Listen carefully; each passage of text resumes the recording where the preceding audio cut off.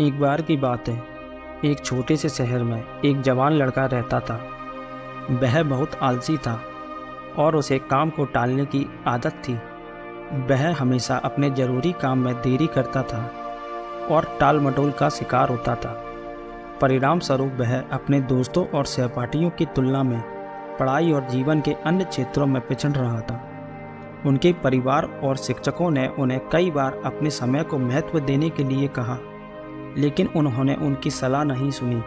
उसे अपने भविष्य की परवाह नहीं थी और वह छोटी छोटी बातों में अपना समय बर्बाद कर देता था। अब एक दिन की बात है, उनके नगर में एक बुद्धिमान साधु आए। वह अपनी बुद्धि और ज्ञान के लिए प्रसिद्ध थे। बहुत से लोग उनसे मिलना और उनसे कुछ सीखना चाहते थे। अब युवा लड़के ने भी उनसे मिलने जाने का फैसला किया, यहाँ आशा करते हुए कि उसे उसके जीवन में हर क्षेत्र में अपने दोस्तों से आगे निकलने के लिए कुछ सुझाव मिल सकते हैं। वह उस स्थान पर पहुंचा जहां साधु रह रहे थे और इंतजार करने लगा। जब उसकी बारी आई तो उसने साधु को प्रणाम किया और कहा कि हे प्रभु, कृपा मेरी मदद करें। मैं अपने जीवन में असफल हूँ। मैं हर क्षेत्र में अपने दोस्तों और सहपाठियों से पिछड़ रहा हूँ। मैं उन सभी से आगे निकलकर सर्वश्रेष्ठ बनना चाहता हूँ। कृपया मुझे बताएं कि यहाँ कैसे करना है। साधु ने उस छोटे से लड़के की ओर करुणा भरी दृष्टि से देखा और कहा, मेरे बच्चे, तुम कष्ट उठा रहे हो क्योंकि तुम अपने समय की कद्र नहीं करते। तुम हर काम को टालते हो और अपने अनमोल समय बर्बाद करते हो जिन्हें तुम कभी वापस नहीं पा सकते। आइए मैं तुम्हें कहानी सुनाता हूँ जिससे तुम उस समय की कीमत समझ सकते हो। लड़के ने प्यार से सिर हिलाया और साधु की कहानी सुनी। एक बार की बात है, एक राजा था जो बहुत उदार और दयालु था। वह अपनी प्रजा से बहुत प्यार करता था और हमेशा उनकी ज़रूरतों में मदद करता था। एक दिन उनकी मुलाकात अपने पुराने सहपाठी से हुई जो उनके साथ गुरुकुल में पढ़ता था। सहपाठी बहुत आलसी और गरीब था। उसके पास ना नौकरी थी, ना पैसा और ना सम्मान था। वह हमेशा अपने भाग्य के बारे में शिकायत करता था और अपनी समस्याओं के लिए दूसरों को दोषी मानता था। राजा ने उस सहपाठी को पहचान लिया और उस पर दया करके राजा ने उसे उसके जीवन और उसकी परेशानियों के बारे में पूछा। सहपाठी उदास होकर बोला, हे राजा, पता नहीं सब लोग ऐसा क्यों कहते हैं कि मैं कुछ नहीं कर सकता। यहाँ तक कि जब मैं नौकरी ढूंढने जाता हूँ तो सब लोग मुझे मना कर देते हैं। मेरे दुश्मनों ने भी सबको बता दिया है कि मैं कोई काम समय पर नहीं करता। मुझे समझ में नहीं आ रहा तो मैं क्या करूं? राजा ने कहा, आओ हम सौदा करें।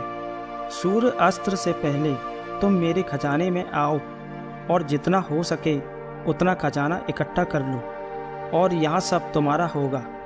सहपाठी बहुत खुश हुआ और उसने राजा को बहुत धन्यवाद दिया और भागकर अपने घर गया और अपनी पत्नी को सब कुछ बताया। पत्नी भी बहुत प्रसन्न हुई और बोली, अभी जाकर स्वर्ण रत्न ले लो, यहाँ समय आपके लिए अच्छा है। सहपाठी ने कहा, अभी नहीं जा सकता, मुझे भूख लगी है, पहले मुझे दोपहर का खाना दो। उसकी पत्नी ने जल्दी से कुछ भोजन तैयार किया और उसे परोसा। उसने अपने दोपहर का खाना धीरे धीरे और आराम से खाया, यहाँ सोचकर कि खजाना पाने के लिए उसके पास बहुत समय है। दोपहर का भोजन खत्म करने के बाद उसे नींद आने लगी और उसने कहा, मुझे झपकी ले लेनी चाहिए, मैं जागकर खजाने लेने जाऊंगा। वह अपने बिस्तर पर लेट गया और अपनी आंखें बंद कर ली। उसने सोचा कि वह थोड़ी देर सोएगा, लेकिन वह 2 घंटे सो गया। जब उठा तो देखा दोपहर हो गई थी। उसने कुछ थैलियाँ उठाई और राजा के खजाने की ओर चल दिया। रास्ते में सूर्य बहुत तेज चमक रहा था और उसे गर्मी लग रही थी। उसने सोचा एक पेड़ के नीचे थोड़ा आराम करना चाहिए और फिर आगे बढ़ना चाहिए। वह आराम करने के लिए एक पेड़ के नीचे बैठ गया। हल्की हवा चल रही थी और मौसम बहुत सुहाना था। जैसे ही वह आराम करने बैठा तो फिर से सो गया। वह अगले 4 घंटे तक सोता रहा। जब उठा तो उसने देखा कि शाम होने वाली थी और सूरज डूबने वाला था। वह झट से उठा और महल की ओर भागने लगा। कुछ समय बाद वह महल पहुंच गया, लेकिन तब तक बहुत देर हो चुकी थी। सूरज डूब चुका था और महल के द्वार बंद कर दिए गए थे। इससे पहले कि वहाँ वो पहुँचता, आलसी आदमी वही निराश खड़ा था। उसने अमीर बनने का मौका गंवा दिया क्योंकि उसने अपने समय को महत्व नहीं दिया। अब साधु ने कहानी समाप्त की। उस जवान लड़के की तरफ देखा। लड़का शौक था। उसे अपनी गलती का एहसास हुआ और शर्मिंदा हुआ और साधु को उसके मार्गदर्शन के लिए धन्यवाद दिया और अपने तरीके बदलने के लिए प्रणाम किया। समझ गया कि समय कीमती है और इसे बर्बाद नहीं करना चाहिए। वह अपने घर वापस चला गया और अपने लक्ष्यों पर कड़ी मेहनत करना शुरू कर दिया। उसने टालना बंद कर दिया। वह अपने दोस्तों और परिवार के बीच अधिक खुश और अधिक सम्मानित हो गया। यदि हम अपने जीवन में देखेंगे और पाएंगे कि समय सोने के समान है या हमारे पास मौजूद सबसे कीमती चीज़ है। हमारे जीवन में केवल कीमती समय है और हमें इसका उपयोग बुद्धिमानी से करना चाहिए। हमें उन चीज़ों पर अपना समय बर्बाद नहीं करना चाहिए जो हमारे लिए मायने नहीं रखती, बल्कि उन चीज़ों पर ध्यान करना चाहिए जो कि हमारे लिए मायने रखती हों। हमें अपने कार्यों में देरी नहीं करनी चाहिए, बल्कि उन्हें समय पर और मेहनत के साथ करना चाहिए। एक प्रसिद्ध कहावत है, यदि आप अपने समय को कद्र करेंगे तो समय आपकी कद्र करेगा, लेकिन यदि आप अपना समय बर्बाद करते हैं तो समय आपकी पूरी ज़िंदगी बर्बाद कर देगा। हम अपने समय का बुद्धिमानी से उपयोग करके अपने जीवन में कुछ हासिल कर सकते हैं, लेकिन अगर हम अपना समय बर्बाद करते हैं तो हम अपने अवसर खो देंगे और बाद में पछताएंगे।